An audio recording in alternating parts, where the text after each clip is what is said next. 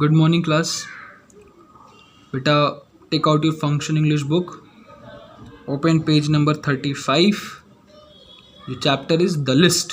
ठीक है, ये यूनिट 3 पार्ट सेकंड है. द लिस्ट चैप्टर का नाम है. देखिए क्या है इस चैप्टर में, पढ़ते हैं. कह रहा है कि जीवन was a playful and pleasant boy. He was always very kind. एक जीवन के बारे में नाम बता रहे कि एक लड़का था जीवन, जो कि बड़ा ही चुलबुला था, प्लेफुल था, मतलब हमेशा खुश रहता था, खेलता कूदता था और बहुत प्लीजेंट, बहुत खुश रहने वाला इंसान था. प्लस बहुत काइंड भी था, बड़ा ही मदद भी करता था लोगों की. ठीक, बट बता रहा है कि लेकिन एक उसकी गंदी आदत थी. क्या गंदी आदत थी? He was careless. केयरलेस मतलब लापरवाह. बड़ा लापरवाह था. यही उसकी एक गंदी आदत थी कि वो लापरवाह था.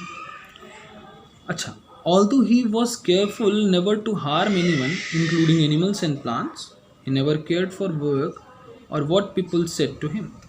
बड़ा ही भाई केयरफुल था किस चीज़ के लिए कि भाई वो किसी को नुकसान ना पहुंचा दे, किसी इंसान को, किसी जानवर को, किसी पौधे को उससे नुकसान ना हो. लेकिन जो लोग बोलते थे ना बातें कि ये कर देना बेटा, वो कर देना बेटा, वो अक्सर वो भूल जाता था.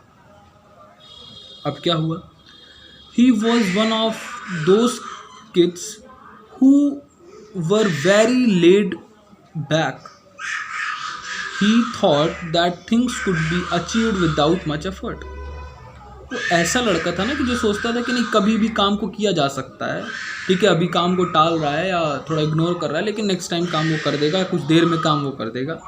ठीक है, और उसको लगता था एक और चीज़ कि हाँ भाई कोई भी काम आसानी से हो जाता है, कोई बहुत ज़्यादा एफर्ट लगाने की ज़रूरत नहीं पड़ती. In Jeevan's case, this bad habit, and further encouraged by the fact that Jeevan was a bright student, he never studied as hard as the other good student did, but in every exam he finishes in the top 3 of the class. Bad habits की थी उसके अंदर कि बहुत ज़्यादा concentrate ना करना, किसी भी चीज़ के लिए बहुत हार्ड वर्क ना करना. लेकिन चूँकि तेज़ था, तर्रार था, पढ़ने में अच्छा था और ज़्यादा मेहनत ना करके भी ये पढ़ता था और बढ़िया नंबर लाता था. ठीक है, ये थोड़ा ही बहुत पढ़ करके हमेशा टॉप 3 में क्लास में, फर्स्ट सेकंड थर्ड में कोई ना कोई पोजीशन इसको मिल ही जाती थी बिना बहुत ज़्यादा एफर्ट डाले. एक दिन क्या हुआ देखो, क्राफ्ट टीचर था एक, announce that she would be organising an inter class art and craft competition the day after. कह रहे एक दिन बाद, एक दिन वहाँ पे अनाउंस हुआ कि एक दिन कि भाई एक क्लास के टीचर थे, क्राफ्ट टीचर के जीवन को उन्होंने बोला कि एक क्लास, इंटर क्लास जो है क्राफ्ट कंपटीशन हो रहा है, कल होगा. द स्टूडेंट्स डिवाइड हो गए 5 ग्रुप में. Members of Jeevan's group knew that he was not a very good hand at craft, so they said, Jeevan, since you do not like art and craft, you should take the responsibility of getting the things required for the competition. भाई सब जानते थे कि जीवन अच्छा लड़का है, पढ़ने मढ़ने में तो ठीक है, लेकिन क्राफ्ट में इसका हाथ बहुत ज़्यादा नहीं चलता है, आर्ट और क्राफ्ट से थोड़ा दूर रहता है. उन्होंने कहा कि चलो ठीक है, देखो 5 लोग हैं हम लोग, कोई ना कोई बना देगा और कोई ना कोई कुछ कर लेगा, लेकिन तुम अपनी जिम्मेदारी ले लो कि तुम सारे सामान ले आओगे कंपटीशन के लिए, जो भी सामान की ज़रूरत है उसकी जिम्मेदारी तुम्हारी. जीवन ने कहा ठीक, seeing this is an easy way out, सबसे आसान तरीका है बचने का. चलो भैया, जो जितना सामान बोलोगे हम ला देंगे, हमसे बनवाना मत बस. ठीक है, हार्ड वर्क से तो वैसे भी भागता था वो. अच्छा, अब देखो क्या हुआ, क्या बोला उसने? बोला okay, I will get them. Just make a list of the things we need, said जीवन. जीवन ने कहा ठीक है, एक लिस्ट बना के दे दो मुझे, मैं ला दूंगा सारा सामान, कोई प्रॉब्लम नहीं. अब here said Uma, the captain of the team.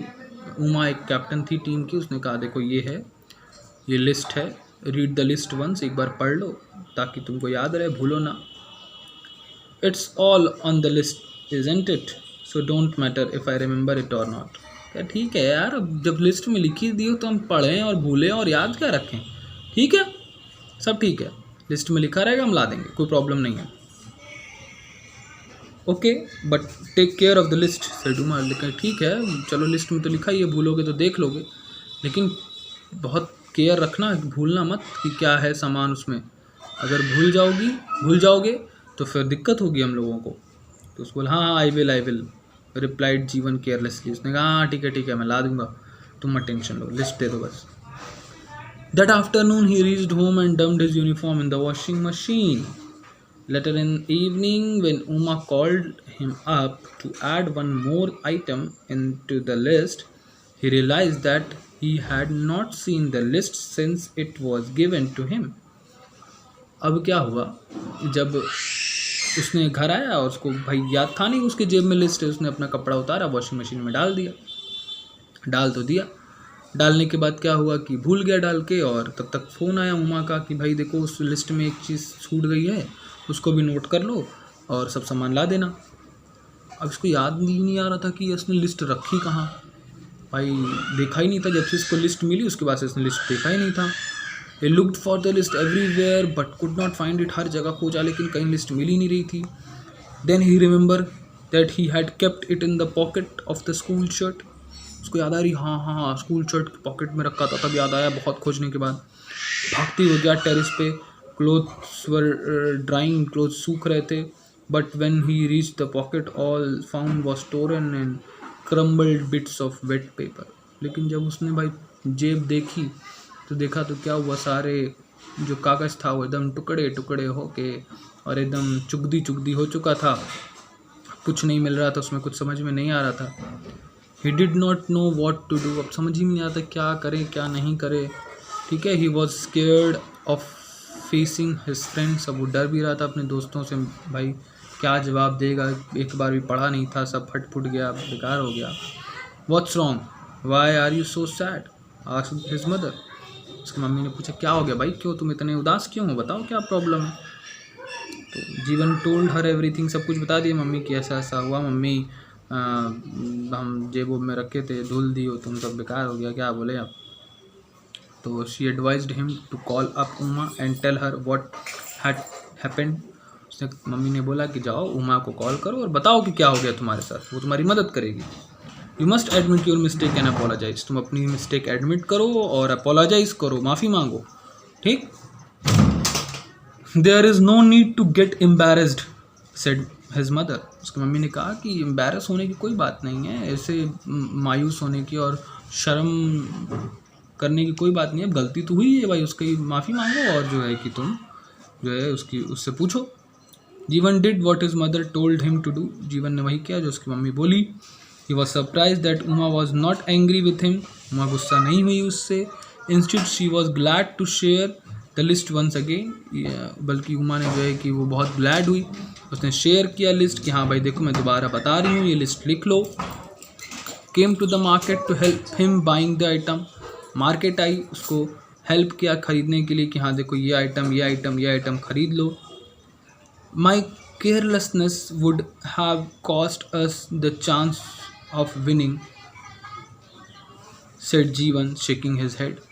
जीवन बोला सर हिलाते हुए कि यार अगर आज मैं इतना केयरलेस हूँ कि मेरी वजह से शायद हम लोग जो है कि अगर जीतने का चांस भी होता तो वो भी हम लोग खो देते, क्योंकि भाई अब तो तुम देख ही रही हो, मैं भूल ही गया था, लिस्ट ही धुल गई थी पानी में, अब क्या होता बताओ, मेरी वजह से बहुत दिक्कत हो जाती।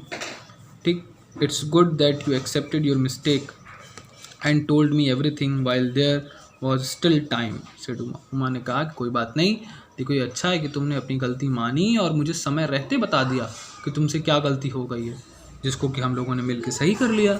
Still have good chance of winning. हमारे पास अभी भी चांस है जीतने का, हमने सामान सब जुटा लिया है, सब खरीद लिया है और हम कल प्रिपरेशन करके जीत सकते हैं। अब देखो क्या हुआ। Hey can I help in making the craft work tomorrow. आज जीवन सिंसियरली, भाई जीवन ने पूछा कि अच्छा बताओ एक बात, क्या मैं हेल्प कर सकता हूँ कल तुम लोग की। भाई सामान तो ठीक है मैं ला दिया, तुम मेरी हेल्प भी की सामान लाने में भी, तो क्या मैं कल तुम लोग के क्राफ्ट वर्क में हेल्प कर सकता हूँ। तो उसने बोला yes you are more than welcome. Uma beamed at him. Uma उसके ऊपर खुश हुई, मुस्कुराई और बोली कि अरे भाई बिल्कुल तुम एकदम वेलकम हो, तुम्हारा बहुत सारा स्वागत है, तुम आओ, तुम हेल्प करो, ज़रूर करो। The two friends left for home feeling excited about the competition. ये दोनों दोस्त अपने घर से निकले सुबह सुबह स्कूल जाने के लिए और बहुत एक्साइटेड थे कंपटीशन के लिए दोनों ही लोग, और बड़ी खुशी खुशी ये दोनों कंपटीशन में पार्टिसिपेट करने के लिए घर से चल दिए। समझ आई बात? बेटा अगर आपसे कोई गलती हो जाए, आपसे ही नहीं किसी से भी बात हो रही है, पेरेंट्स से, आपसे, कोई भी है, कोई भी इंसान अगर है, उससे अगर गलती हो जाती है ज़िंदगी में, कोई भी गलती छोटी बड़ी, तो उसको एक्सेप्ट कर लेना चाहिए कि ये गलती मुझसे हो गई है। चाहे किसी के भी सामने करना पड़े, किसी के भी सामने चाहे करना पड़े, उसको गलती अपनी एक्सेप्ट कर लेनी चाहिए। और एक्सेप्ट करने के बाद फिर उसको जो है उसको सही करना चाहिए समय रहते। अगर वो गलती एक्सेप्ट कर लेगा तो उसका अपोलोजाइज़ कर लेगा, तो उसकी जो है कि आगे की ज़िंदगी अच्छी हो जाएगी। उसका जो है कि अगर टाइम रहते उसने गलती अपनी मान ली और सुधार ली, तो आगे उसको हमेशा कभी हार का मुंह देखना नहीं पड़ेगा, कभी किसी प्रॉब्लम में वो नहीं फंसेगा। बात समझ में आई? Okay, thank you.